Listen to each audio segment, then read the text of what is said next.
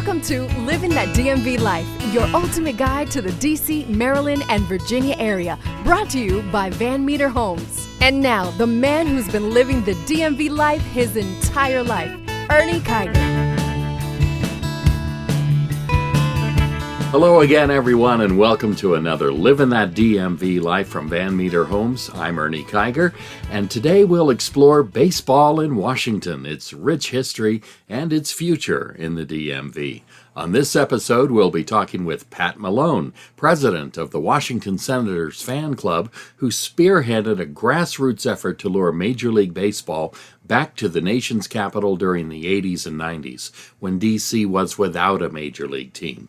And despite not being among the exclusive collection of billionaires who own sports franchises, made a major impact on the efforts to bring a team back to Washington. And Phil Wood, the leading expert in the country on all things Washington baseball. Phil has been a constant on DC radio and TV for over 40 years, and the Washington Nationals recognized his contributions in cultivating a large and loyal fan base in DC when they awarded him a World Series ring after winning it all in 2019. We've got two outstanding guests, so let's play two. Let's play ball.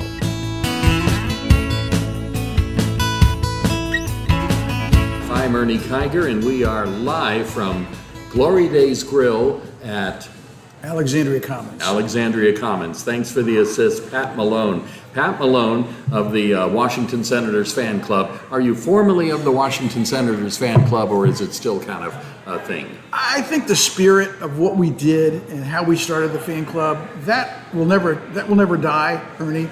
That is something that's going to be with me. But now we're the Washington Nationals, or at least we have the Washington Nationals, and I think the whole effort is to support the Nationals, support the Lerner family, and to support, really baseball in D.C. But in order to find out why Pat Malone of the Washington Senators / Nationals fan club is here, we go back just a little bit. Well, actually, we don't have to go back that far. Just this week, the Washington Post printed a story on the Washington Senators. To me, that never seems to happen. They just ignore our baseball past. But it was a story about Curt Flood and how he came to the Senators in 1971 and his impact on the game. And I absolutely loved it. But yeah, we just celebrated a World Series victory in 2019, and the team came to Washington in 2005. But between 1971 and 2005, we had nothing going on here. Or that's what people might think. Well, I think, that's the big, when it came to baseball in D.C., we had none. I mean, it was one of those things where you had to go to Baltimore, and you had to go to Memorial Stadium to start off with, and now Camden Yards, following after Memorial Stadium was torn down. And certainly the Orioles and whatever ownership group had the Orioles, after the Senators left in 71, they knew they had the whole market to themselves. And so they were very reluctant. And well, I can tell you this about those Orioles. They were very shrewd because when they voted, the American League owners voted to move the Senators to Texas, two teams voted against that move. It wasn't enough in our favor, but it was the White Sox and the Orioles, yes, which was a PR move, right? Right, completely. Oh, absolutely, yeah, because I think the Orioles had to realize that it's going to be looked very frowned upon from Washington baseball fans if they said, okay, hey, go ahead and move, if they voted for it. Yeah. So, of course, yeah, you're right. It was a PR move on their part. Bill Veeck was with the White Sox. Yes. And, he was a local guy here, too, by the way. He's from Maryland, and he voted against it. So, yeah, you're right. It was a strange time because the Orioles, during that 33-year period, marketed heavily to the Washington market. WTOP was their flagship station for a while. The World Series trophy, the 1983 World Series trophy, was in the window of Duke Zebert's on Connecticut Avenue. Edward Bennett Williams, a Washingtonian, owned the team. His law offices were right across the street. So, boy, the Washington Senators fan club, with their mission of trying to attract a baseball team to come back to Washington, you were kind of in the rough, weren't you? In the tall grass, weren't you? Well, Ernie, yeah, we were. And we started in 1984, so it was really literally right after the Orioles had won the World Series. Yeah.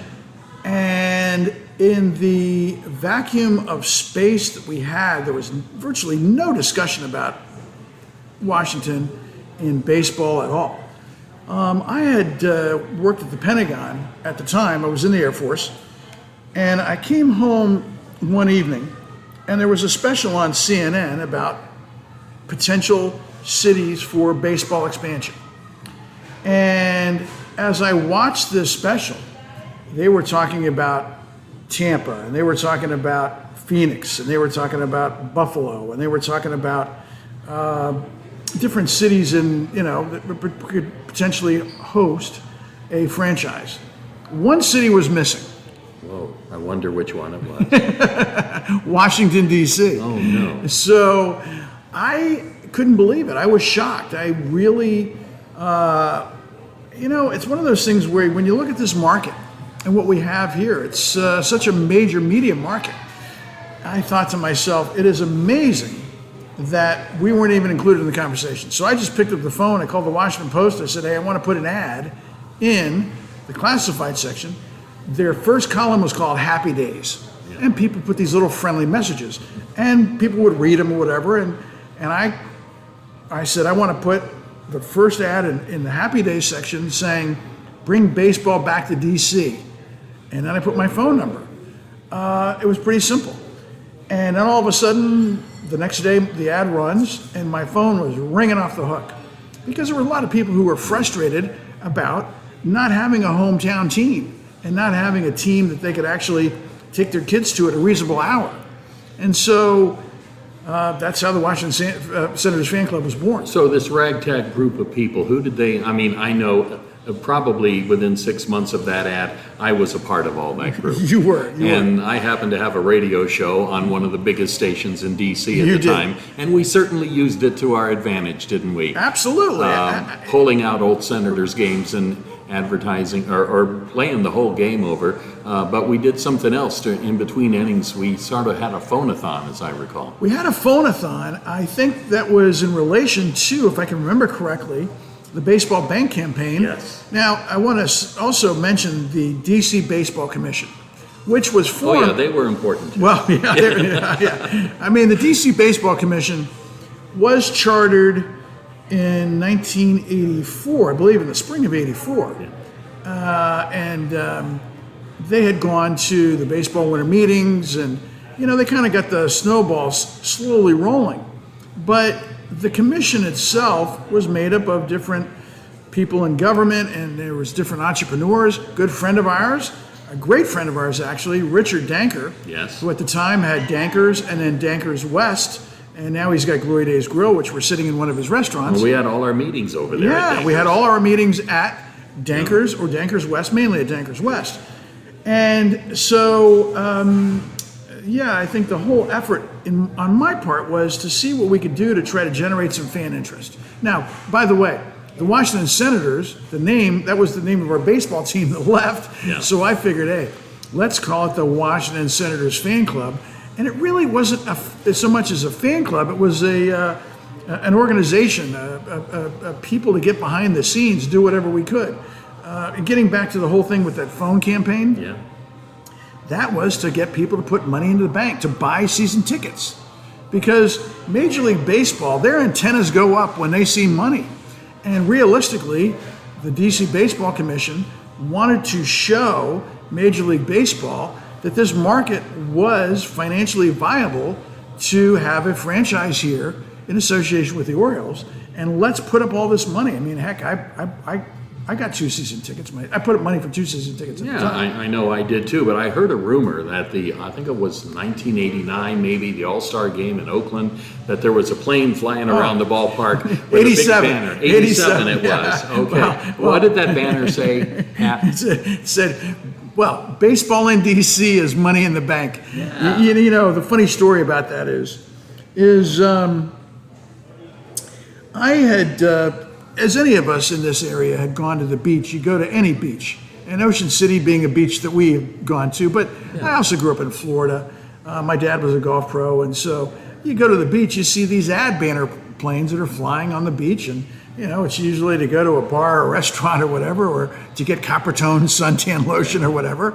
And so I thought to myself, well, you know, I wanted us. Now in '87, we were 3 miles in, 3 miles.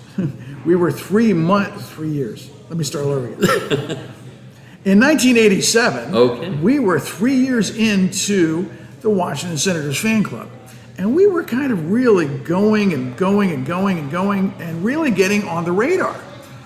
That we had a group of people that were making noise. We were making noise. It might have been a slow buzz, you know, but we were making noise. So I thought to myself, and upsetting some people too. I mean, or some in the media were like, "Who are these guys?" Right. Well, that's true. Yeah, because you know, I think people weren't used to having people, you know, complain that, hey, I don't have a baseball team in my town. Who were we? We were buddies, and we weren't billionaires. Everybody else was. Exactly. We made the most noise. We made the noise. So what I did was I called up an ad banner company. Yeah. And I said, how much would it cost to fly a ad banner plane over Oakland Alameda Coliseum during the 1987 All-Star game? And they told me it was X amount of dollars, and I can't remember how much it was, but I said, no problem. Well, no problem. You know, you remember Linda. Yeah. She said, that's a big problem. But anyway, so... Linda's the wife, by the way. Yeah, and I'm sorry I didn't throw that in there. So what happened was the Maury Siegel, who was the late Maury Siegel, who was at that time with the Washington Times or the Post, I don't remember, but he was in the press box at Oakland, and he's sitting in the press box, and I called the press box, and I had the number, and I called the press box, and I asked for Mo, and I said, Mo, you see an airplane flying around the stadium? And he said, we see the airplane. He said, everybody noticed it. The whole press box. Now you've got writers from every major league franchise that are in the press box, and they see this plane that is buzzing the stadium saying, baseball in DC is money in the bank. So it was impactful, I think, to send the message. Yes. Because not only did all the writers see it, and Mo was saying, he says, it's created a great buzz. At the time, you also had Peter Ueberroth was the commissioner of Major League Baseball, and he saw it. So it was one of those things where that started a campaign that I actually used banner campaign concepts for a long time to push our message. But then we also did a lot of face-to-face stuff with the owners too. We would attend those winter meetings, and Peter Ueberroth face-to-face, Bart Giamatti, the same thing. I remember you and I confronting Calvin Griffith. Right. The Calvin Griffith. Right, who was a former owner. He took the original Senators to Minnesota. Yeah. Yeah, I believe that was in Atlanta. I'm kind of laughing now because I had a Senators jacket that Phil Wood had made up, but it looked like a regular. At the time, it was kind of a retro-looking jacket, and it said Senators, and it was a jacket that you would have seen pictures of Ted Williams wear, or maybe some of the pitchers would wear. It's a warm-up jacket, but it looked exactly. It was a beautiful replica jacket, and I think we were standing in line to check into the hotel, the Marriott Marquis in Atlanta, and Calvin Griffith turns around, looks, and he goes. Was that one of my jackets? I'm thinking, you remember? And I'm like, one of your jackets? He goes, no. This was from the expansion Senators. Yes. Well, we talked to him. I remember about DC Now and would he vote for such a thing? And he went down a laundry list of all the pluses, the Metro at RFK Stadium and everything else. It was nice. I wish he could have been nicer 20 years before. Yeah. It's one of those things where I think, too, that he, I think overall for himself, here he is as a gentleman who really tore the hearts out of Washingtonians by moving the original team out and having that core. You know, when you have a franchise and you pull it out of the city, you know, now for whatever reason, a lot of times people will say that he did it because of race. Yeah. I would dispute that, but that was one of the reasons why it was stated.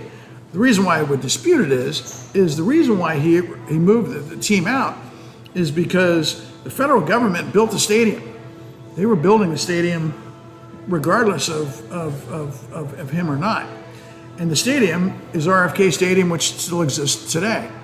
It doesn't have any tenants in the stadium. It's going to be torn down soon, but that stadium was being built mainly for the Redskins. The Senators were an afterthought. It was one of the first multi-use stadiums in the country. So he knew. All of a sudden, he's got his own house. He gets all the income from the parking. He gets all the income from concessions. He gets all the income. He kind of controls the whole operation for baseball. But yet, he didn't own anything else. All he had was that baseball team. That was it. Yeah. And so for him, and then he was pressured to move the team into then what was called DC Stadium, District of Columbia Stadium, and he knew that it was a lose-lose situation for him compared to the money that he was bringing in on his own. So I think it was more or less for Griffith to move to Minnesota and to continue to be the guy who is in charge, to really make that money. And I think it was more for financial reasons than anything else. Well, here we are in 2021, and we're in this wonderful, beautiful, the Glory Days Grill here in Alexandria. We see a Nats game on over there, an Orioles game on there, a Yankees game on over here. We've got a Wizards game Wizards on. are right over my shoulder here. Right. We have the business community of the DC supporting our local teams like never before. Even Van Meter Homes. We are a major sponsor of the Nats radio broadcast, heard locally and all around the world these days with the internet. Sure. So it's a different story, and we're just thrilled to see the Nats doing well. I assume you're a very happy guy these days. Well, absolutely, and I wanted to thank certainly Van Meter for being a sponsor of the Nationals. It's one of those things where if you look at Van Meter and every sponsor who is supporting the team, it really shows a great community effort. And I think that's what Van Meter is all about, is communities, of building communities and putting people into good homes and putting people into great communities. And certainly their association with the Lerner family and the Nationals really kind of builds on that, because the Lerners are multi-generational Washingtonians.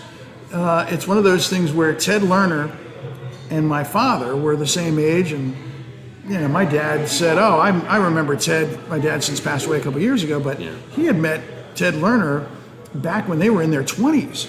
And so the Lerner family has really built a good organization with the Nationals. It is certainly the Washington Nationals Foundation has done so much with the community. And I just really think that it's one of those things where, we have to be thankful that we have a team here now versus when we didn't have a team from 71 to 2004. What a difference.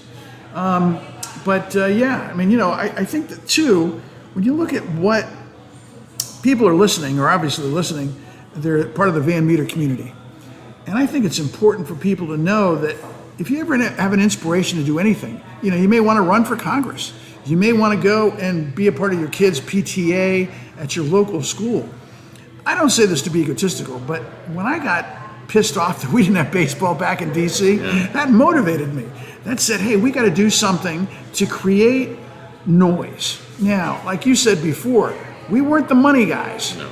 But I think it was impactful for us to be that barking chihuahua, And that's how you ended up owning a marketing company. Well, Okay. Absolutely. Pat, we got to do this again here at Glory Days, and of course, anytime at Nats Park. Well, I'm looking forward to it, Ernie. And Yes, I think if we can get together at Nats Park anytime is a good time. That's the best time. Looking for a new home and don't know where to start?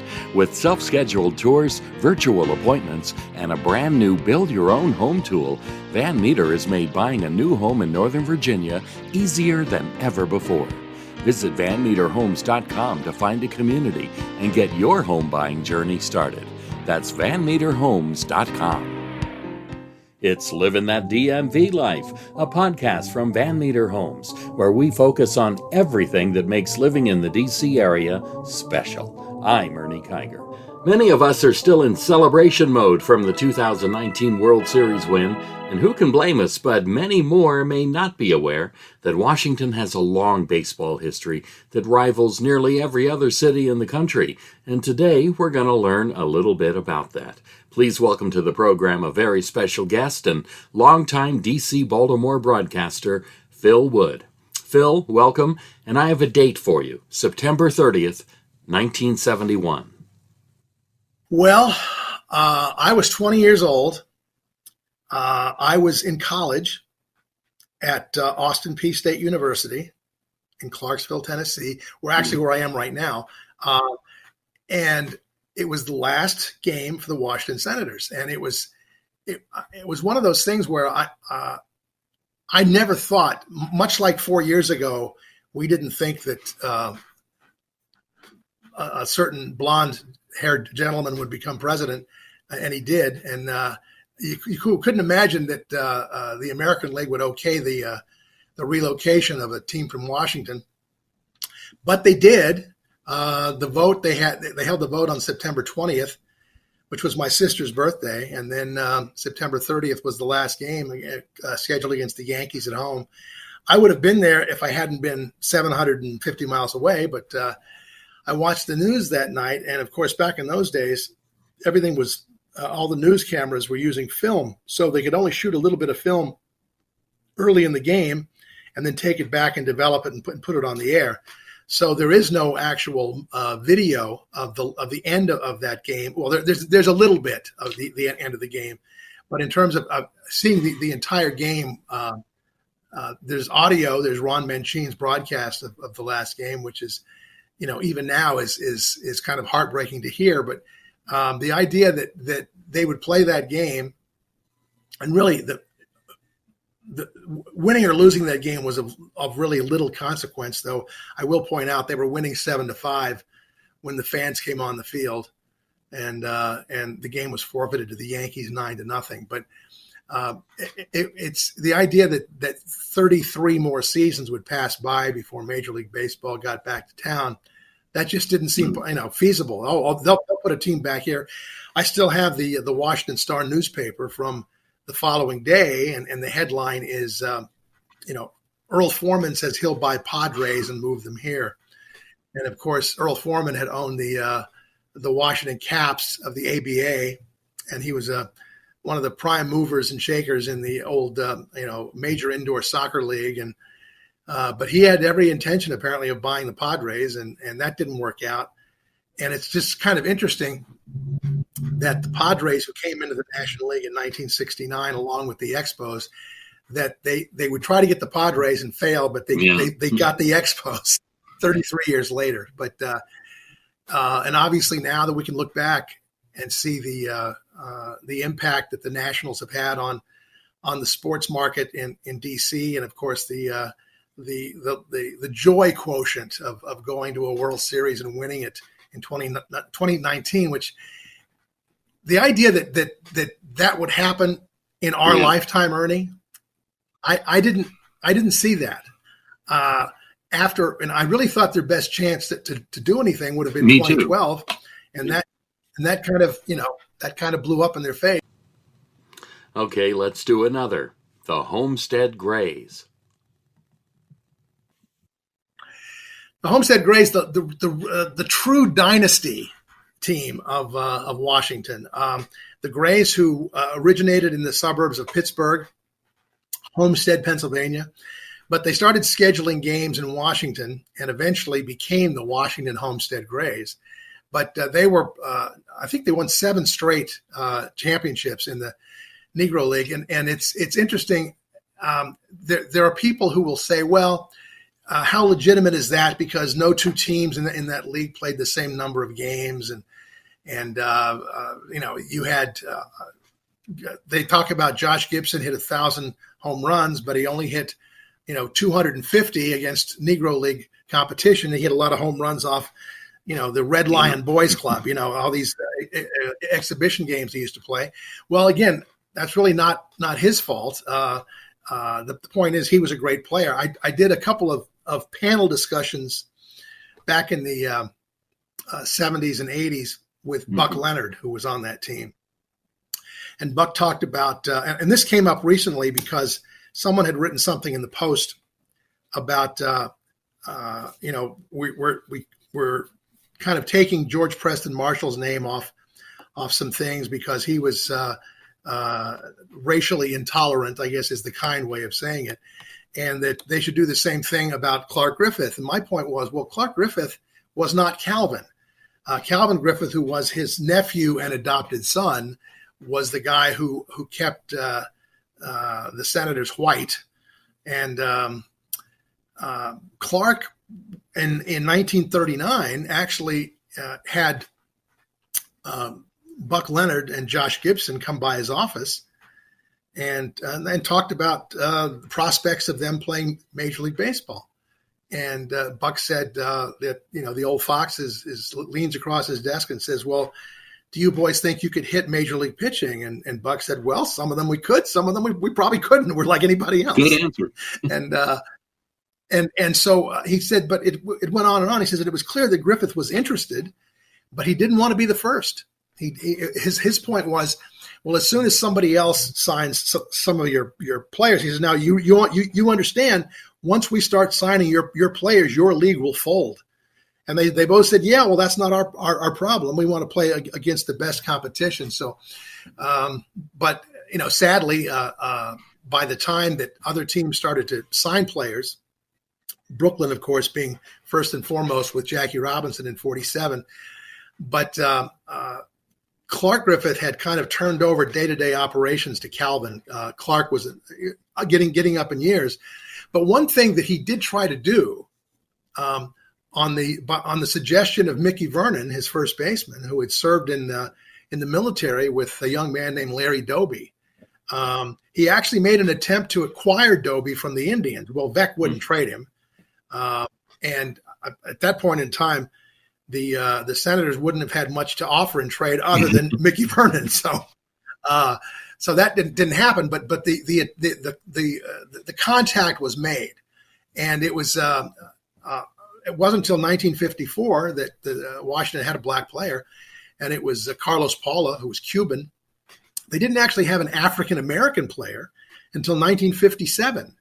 When Joe Black, who had made his debut with the Dodgers back in 52 and was Rookie of the Year with Brooklyn, by the time he got to Washington, he couldn't get you out, unfortunately.